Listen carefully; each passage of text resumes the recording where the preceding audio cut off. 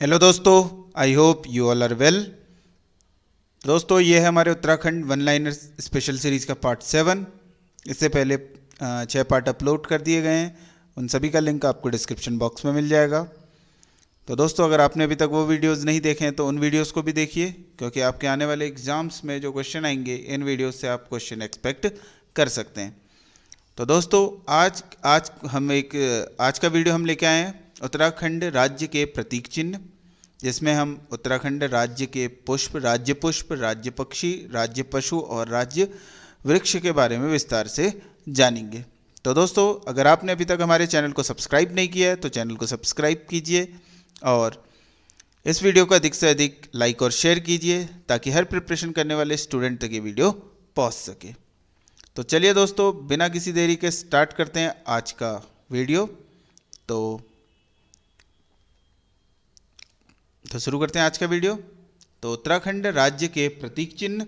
सबसे पहले उत्तराखंड राज्य का गठन कब हुआ था? 9 नवंबर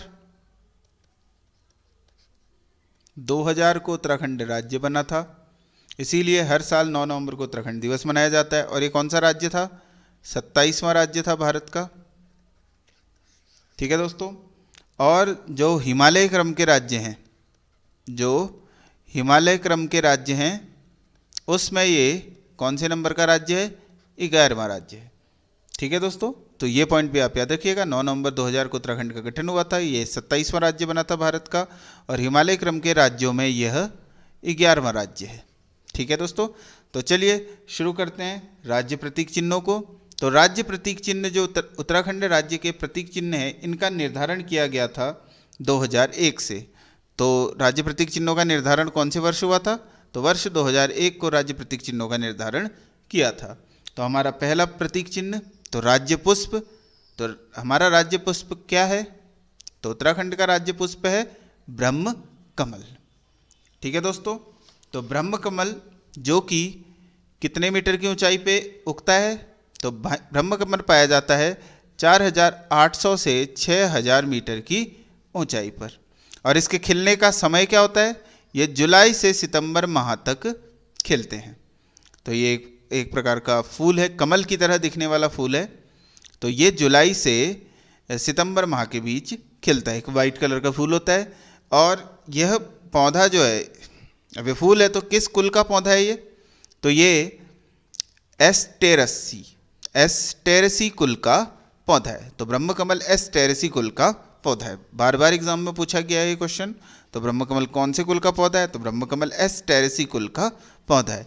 और इसके पौधे की ऊंचाई होती है 70 से 80 सेंटीमीटर। ठीक है दोस्तों, और इसका वैज्ञानिक नाम है सोसूरिया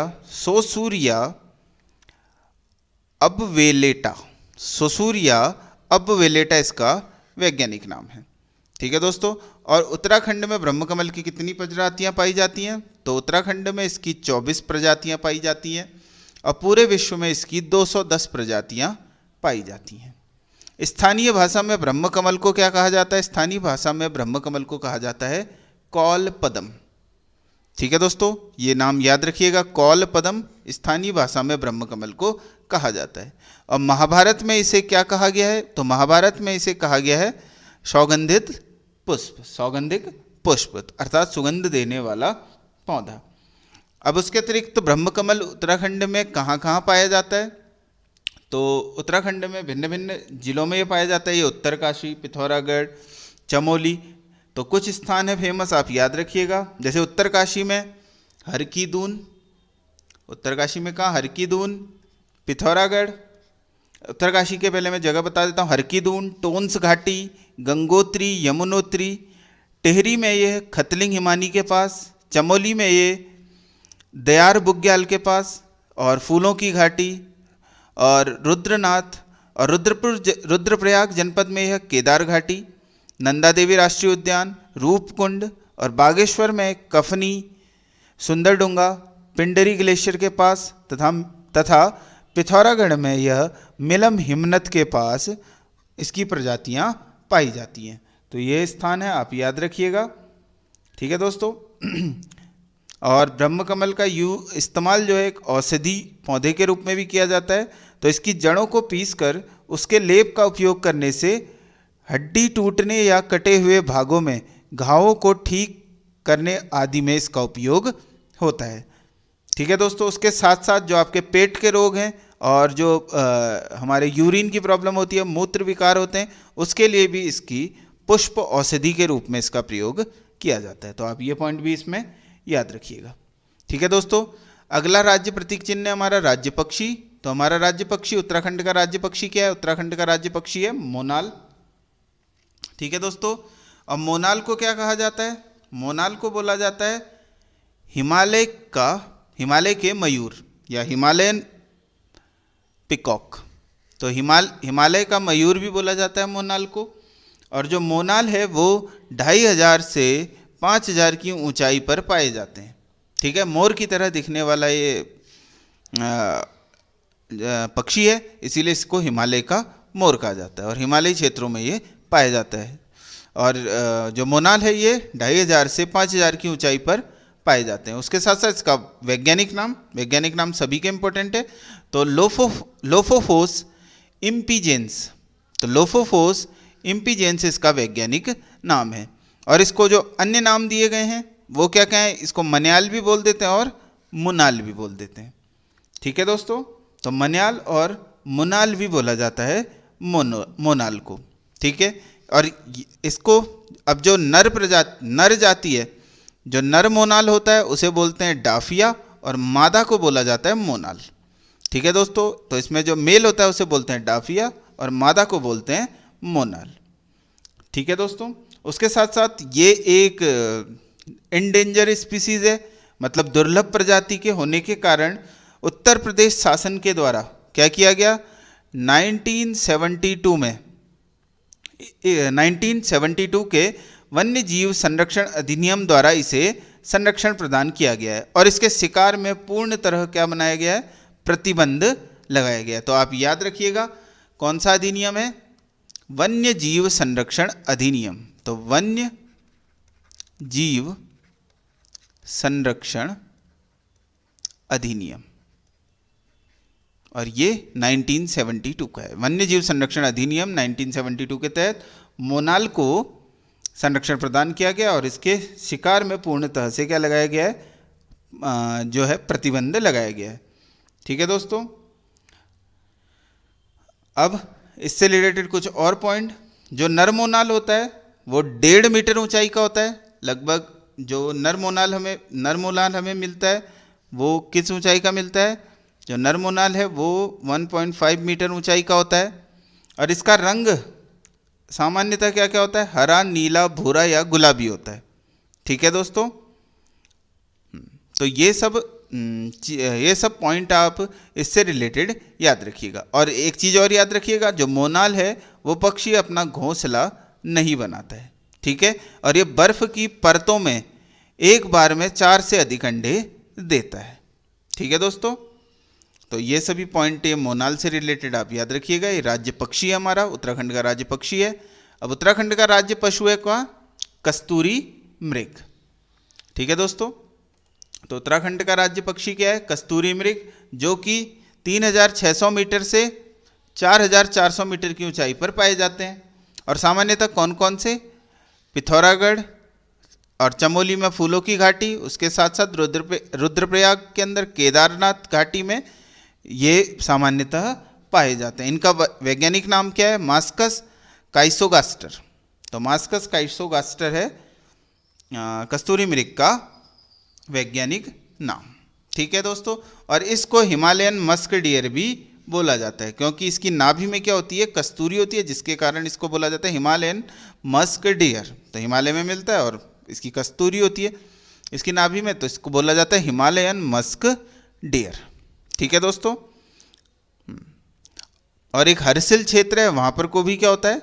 ये पाया जाता है। इसके अतिरिक्त अगर हम देशों की बात करें, इंडिया के अतिरिक्त ये कहाँ कहाँ पाया जाता है? तो ये मिलेगा हमको रूस में भी मिलता है, उसके साथ साथ चीन में भी मिलता है और नेपाल।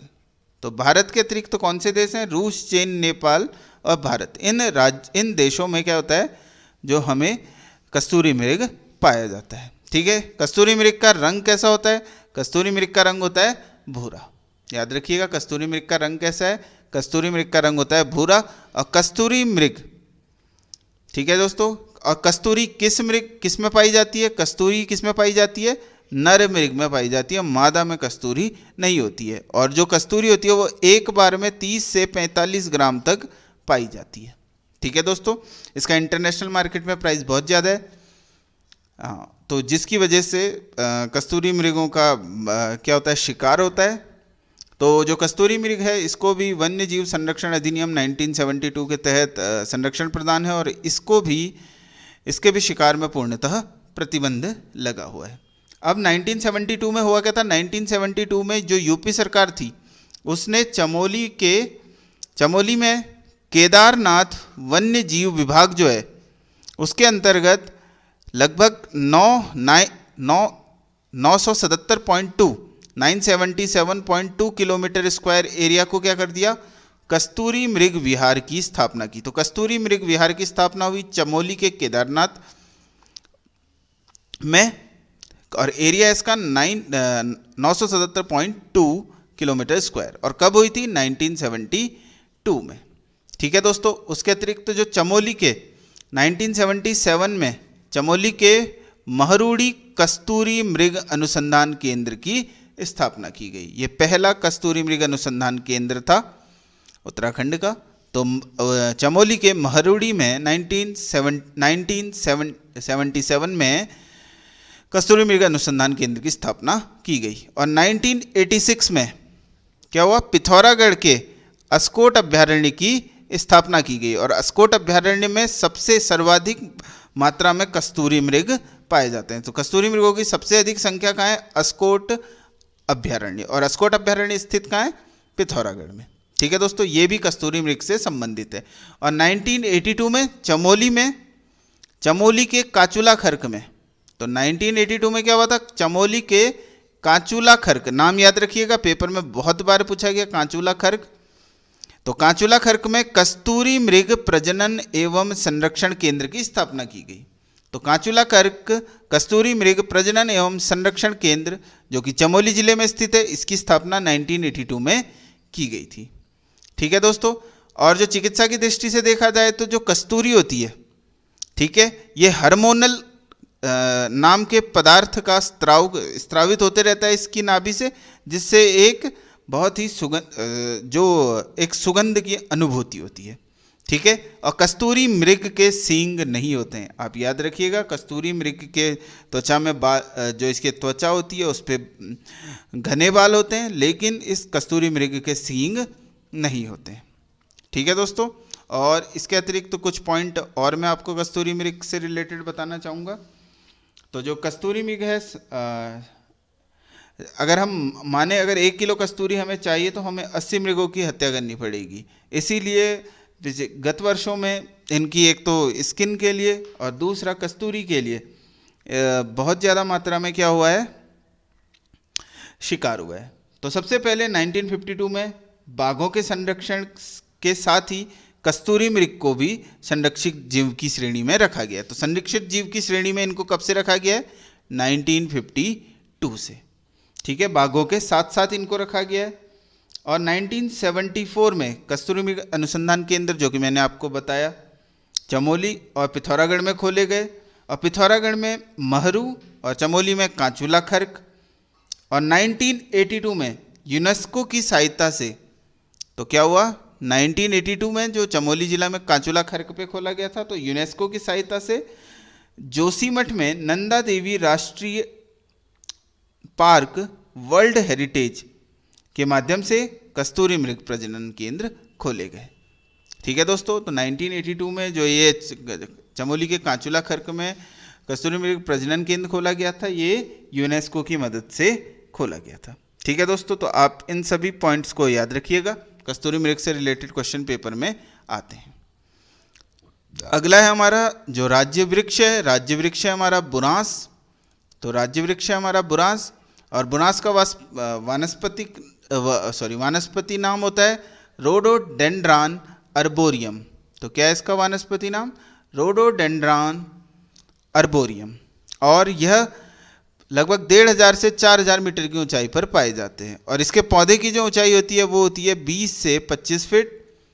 अब बुनास के जो इसको संरक्षण प्राप्त है, तो बुनास के अवैध कटाव को रोकने के लिए वन अधिनियम 1974 में से संरक्षण वृक्ष की श्रेणी में डाला गया है। तो वन अधिनियम 1974 के तहत बुनास को संरक्षित वृक्ष की श्रेणी में डाला गया है। तो ये पॉइंट आप याद रखिएगा कि कब, किस अधिनियम के तहत इसको संरक्षित वृक्ष की श्रेणी में डाला गया है। तो इसको डाला गया है 1974 वन अधिनियम की तरह। और इसके फूलों का खिलने का समय होता है फरवरी से अप्रैल माह तक। ठीक है दोस्तों। इसके साथ साथ जो बुनास है वो कश्मीर, हिमाचल, उत्तराखंड के साथ साथ कश्मीर और हिमाचल में भी होता है। कश्मीर में इसे बोलते हैं, कश्मीर में इसका नाम क्या है? कश्मीर में बुनास को बोला जाता है आर्डवाल। कश्मीर में इसका नाम क्या है? आर्डवाल। ठीक है। और हिमाचल में इसको बोला जाता है बुराशों। नाम याद रखिएगा। तो ये बोलते हैं इसको हिमाचल में और ये बोलते हैं इसे कश्मीर में। ठीक है दोस्तों। तो कश्मीर में से बोला जाता है आर्डवाल और हिमाचल में से बोला जाता है बुराशों। ठीक है दोस्तों। तो ये पॉइंट भी आप इससे रिलेटेड याद रखिएगा। तो आज के वीडियो में इतना ही। तो आज हमने जाना कि हमारा राज्य पक्षी क्या है, राज्य पशु क्या है, राज्य वृक्ष क्या है और राज्य पुष्प क्या है। तो चारों के ही बारे में हमने डीपली आपको बताया। और आप अगर पेपर में कोई भी क्वेश्चन राज्य के प्रतीक चिन्हों से आता है तो इसमें से आप कोई ना कोई क्वेश्चन आप अपने पेपर में एक्सपेक्ट कर सकते हैं। तो दोस्तों आई होप आपको ये वीडियो पसंद आया होगा। तो चैनल को अगर आपने अभी तक सब्सक्राइब नहीं किया तो चैनल को सब्सक्राइब कीजिए और बेल आइकन को प्रेस कर दीजिए ताकि हमारे द्वारा डाले गए सभी वीडियोस की नोटिफिकेशन आपको टाइम टाइम पे मिल सके। उसके अतिरिक्त दोस्तों जो हमने वन लाइनर की सीरीज स्टार्ट की है, इसके जो 6 वीडियोस हैं वो मैंने एक प्लेलिस्ट में डाले, तो उसका लिंक भी आपको डिस्क्रिप्शन में मिल जाएगा। उसके अतिरिक्त जो उत्तराखंड बुलेटिन हमारा वीकली बुलेटिन है उसका लिंक भी आपको डिस्क्रिप्शन बॉक्स में मिल जाएगा। और दोस्तों जो मैथ्स की टिक्नोमेट्री और जो टाइम एंड वर्क और डिफरेंट टॉपिक्स पे हमने वीडियोस अपलोड किए आप उनको भी देख सकते हैं। सभी का लिंक आपको डिस्क्रिप्शन बॉक्स में मिल जाएगा। तो दोस्तों आप अगर कोई भी सुझाव या क्वेश्चन हमसे पूछना चाहते हैं तो कमेंट सेक्शन में हमसे पूछ सकते हैं। तो दोस्तों आज के लिए इतना ही। आपका दिन शुभ हो। जय हिंद। वंदे मातरम।